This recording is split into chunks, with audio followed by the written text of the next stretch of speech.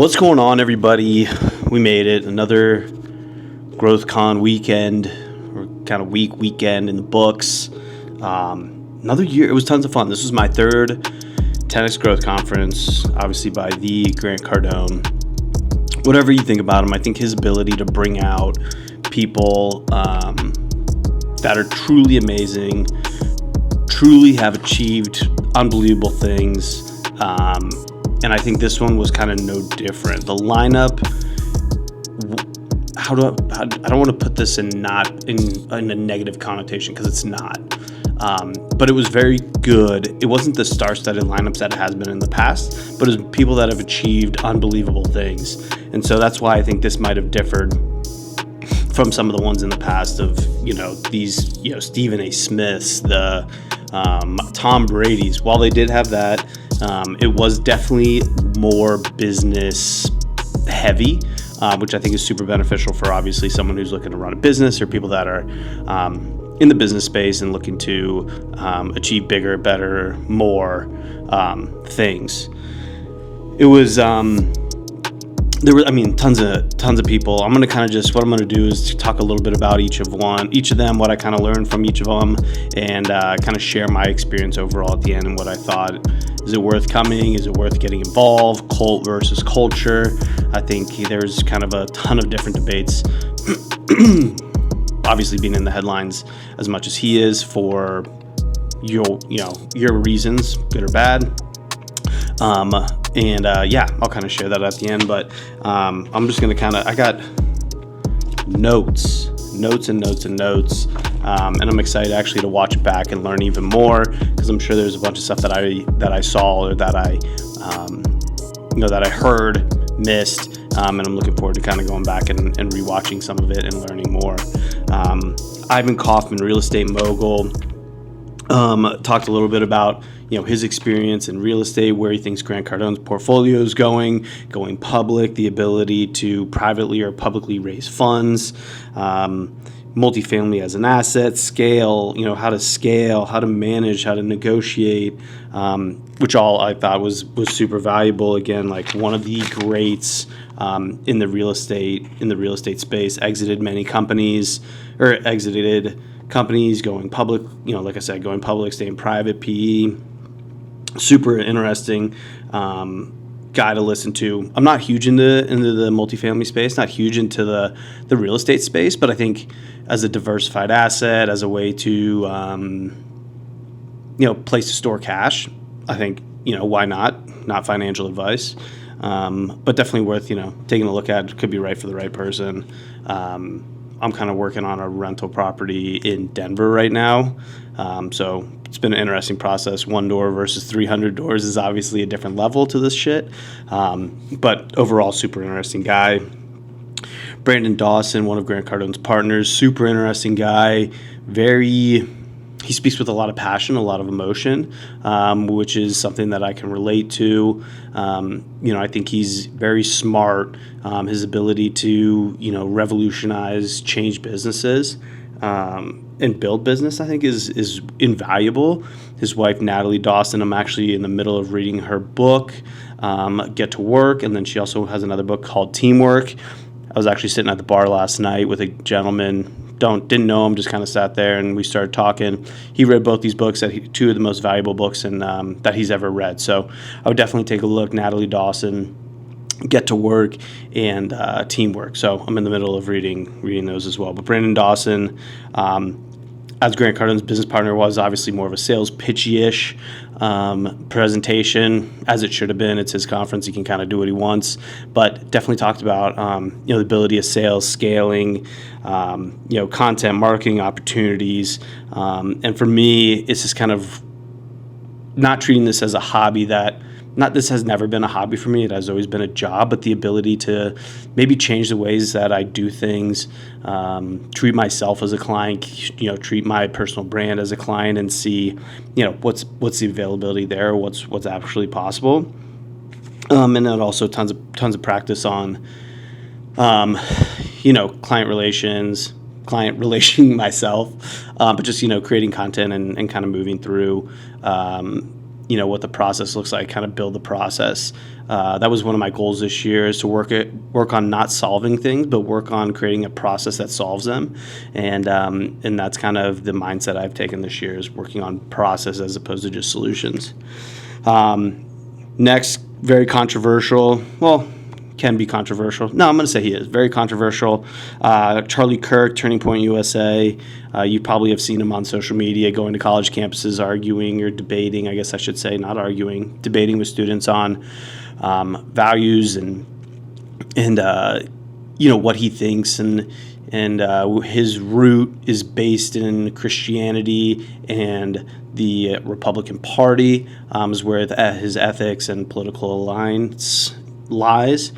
So very interesting to hear him talk. If you take out the politics, take out the leave the religion in, take out the politics, his ability to find a goal, achieve a goal, which he believes his goal was that he achieved, was having President Trump be elected president, which absolutely probably is true. But his ability to communicate, create content, start from nothing, achieve a goal, strive towards a goal, and really, I guess, and he put it in a really good way, and this is not going to do it any justice, but the ability to have a positive exchange back and forth. So you're providing value in the conversation while the person who's debating you provides value back. It turns into a win-win situation, and he believes a lot of his conversations that he's had, and what his goal out of every conversation is to have a win-win conversation, the exchange of value over the conversation. His ability to create, start from scratch, grassroots, and a relationship first approach, and his focus on speed, his focus on creating content and not worrying about perfection. So very interesting to hear him talk and chat about what he believes he did to help. I think I'm holding help Donald Trump win the election. So very interesting. Next, I'm going to totally butcher this name, and I apologize because she was a beautiful speaker. Maky has a book called The Magic of Normal. She had a wonderful story and just a brilliant woman. She is in the pharmaceutical space, focusing on cancer drugs, and her ability again to work in PE and the public markets, creating companies, acquiring companies, what's working, what's not working, the ability to take them, revolutionize them, and re-implicate processes and procedures to help make the companies great and help kind of build them up. Wonderful speaker, had an amazing story, and definitely I need to look into her a little bit more. And a lot of these people, I'll end up following a lot of these people on X or social media or wherever they live, and just continue to learn more about what they're looking to achieve. Again, very powerful person. Next, the one and only polarizing figure, Eric Trump.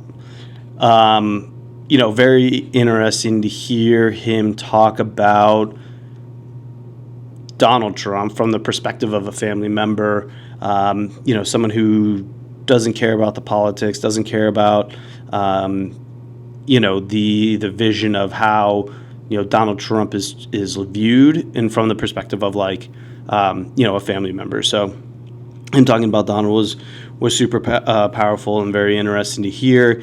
His ability to manage people, his ability to empower people, the power of relationships. To the best of my knowledge, he still runs Trump International, all the hotels, and a lot of the golf properties.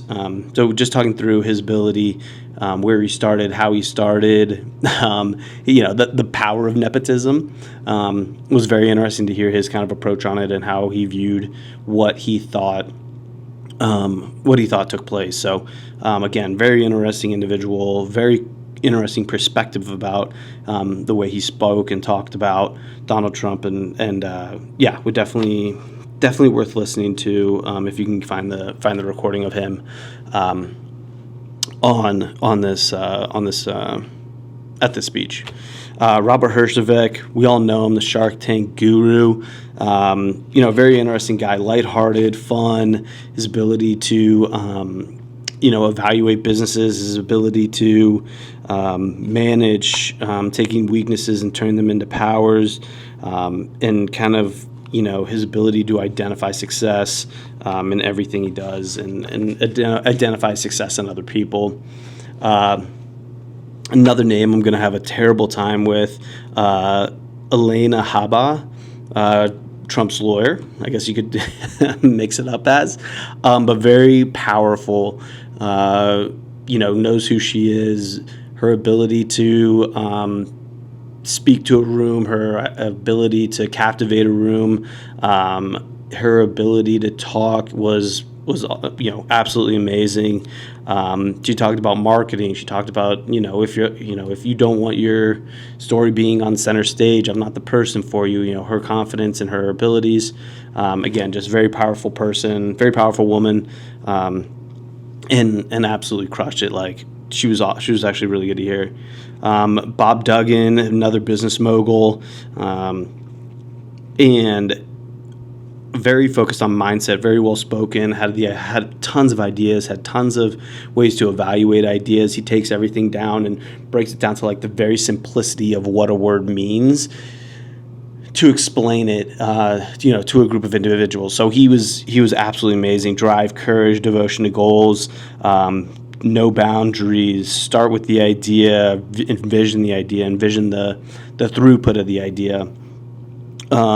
And then, his biggest thing that I got out of it at the end was make the world around you the world that you want to live in. And I thought that was just, super powerful. I think today we feel like we have no control over our environment, no control over who we hang out with, who we see, who we, sit with, who we talk to. And I think that is totally wrong. Like we have the ability to craft this like unbelievable life. And I think a lot of people miss that. When they're absorbed in other people's business, people watch the news and just kind of get, distracted. Last but not least, on the second day was Martha Stewart.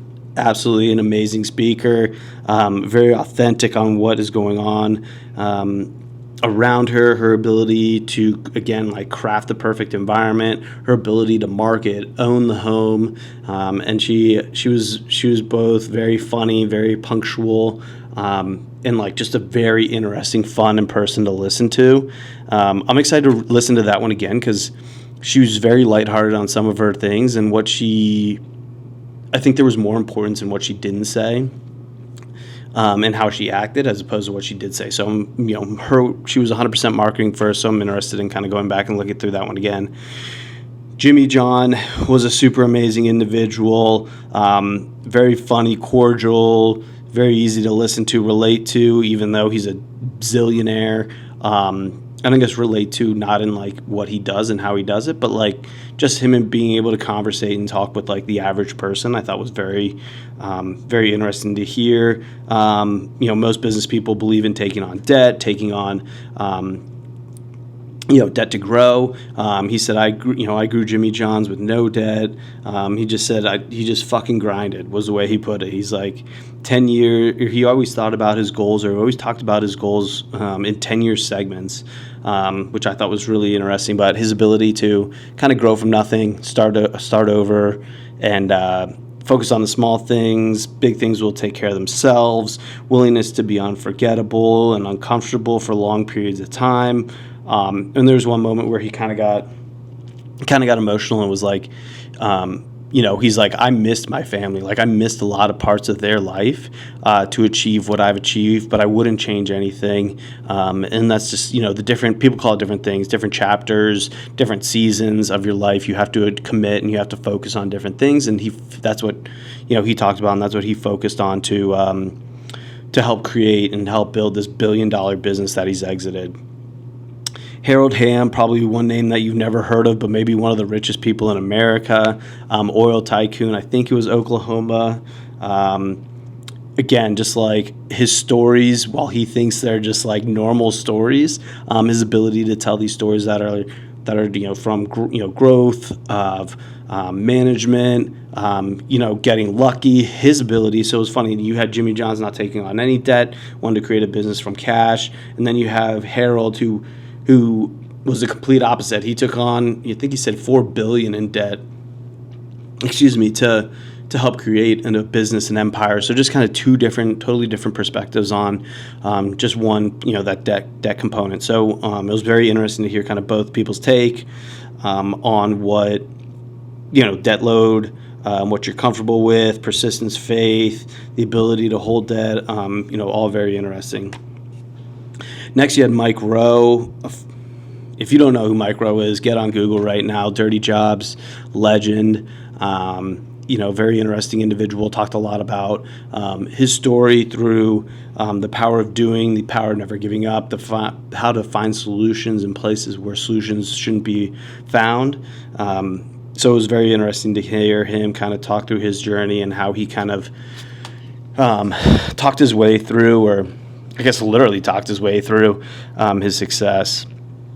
Last but not least, final day, final keynote speaker was Ryan Reynolds. Ryan Reynolds was the man. These conferences do tend to have a lot of public figures, especially in kind of the acting space, but it was interesting to hear Ryan Reynolds talk when he has similar to the ones in the past. Mark Wahlberg reminds me a lot of him, different approach, but similar way of going about, different way of going about it, but definitely similar kind of playbook. The alcohol companies, Mint Mobile. Hold on a second. Hello? House cleaning trying to kick me out. Ryan Reynolds, super interesting guy. Talked about Mint Mobile, talked about Wrexham, talked about his gin company, which was called, I don't know. I can't remember off the top of my head now. But talked about Deadpool, his ability to create movies, franchises, and a little bit about the business behind it.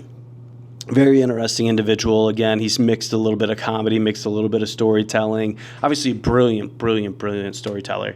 So it was very interesting and fun to hear him talk.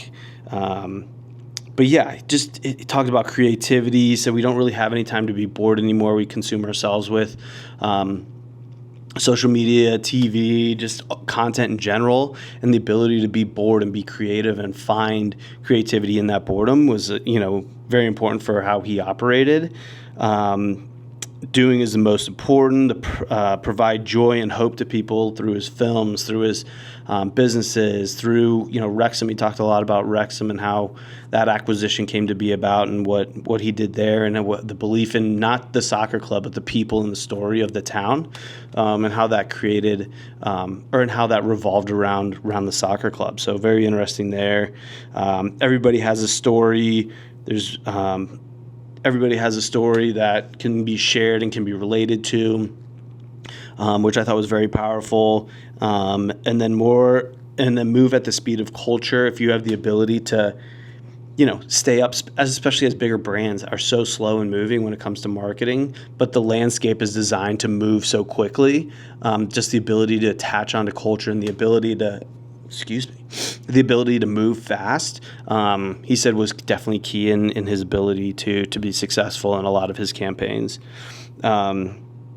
Move at speed culture, perfection over creativity. He says we live in a world of everybody thrives for perfection, but a lot of the culture and a lot of the content doesn't show that.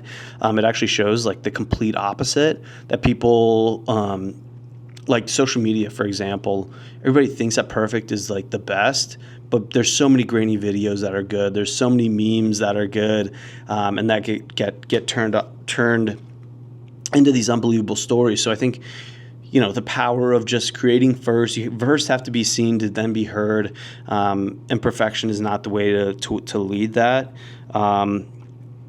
And then, talked about sitting in the boredom. And then just last but not least, he said you have to know who you are. You have to know what you want to achieve. You have to know who you are as a person to be able to tell these like unbelievable stories. So that was 10X 2025. I wrote notes for every single day, for every single person. And I think there was like a few common themes, just kind of thinking back, was that I took from it, and maybe this is a little bit of a self-reflection, but I think the power of faith, the power of looking ahead, not looking behind, being positive, knowing yourself, being able to be bored, being able to achieve, being able to sit in the uncomfortable situations that entrepreneurs, business people a lot of times face. The seasons and chapters of your life don't last forever, and the ability to swiftly move through them, I think has a lot of power to it. And I think overall it was an unbelievable conference. They say they're never going to do another one again. Maybe they just take a year off and come back. Maybe they never have another one, but if they do, again, you can think what you want. Definitely, I guess I do have to say it was like more of a right-leaning conference, but I don't even know if that's fair. Like the people there are business owners, so that kind of leans that way a little bit. Definitely the people that talked were all business owners, very successful business owners, and I think that, maybe as you get older, maybe as you become more successful, that's where you lean a little bit more, but if you take the politics out of it, I think that it is just an unbelievable group of individuals. The people here, the people that you meet, the people that you talk to, this is the most people I've met in the shortest amount of time, that all share a common goal of being successful and doing better for yourself, for your family, for the people around you.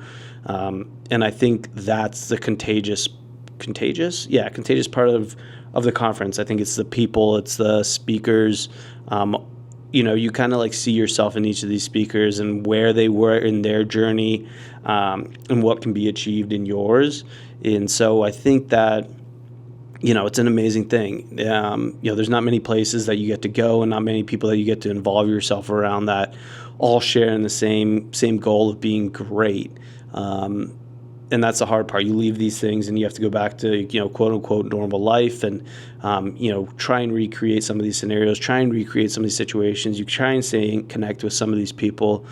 Some people are going to fall off. Some people are going to, move on, but just the ability to try and get this many people that share this same goal, is hard to find. It's hard, wherever you are, is hard to find.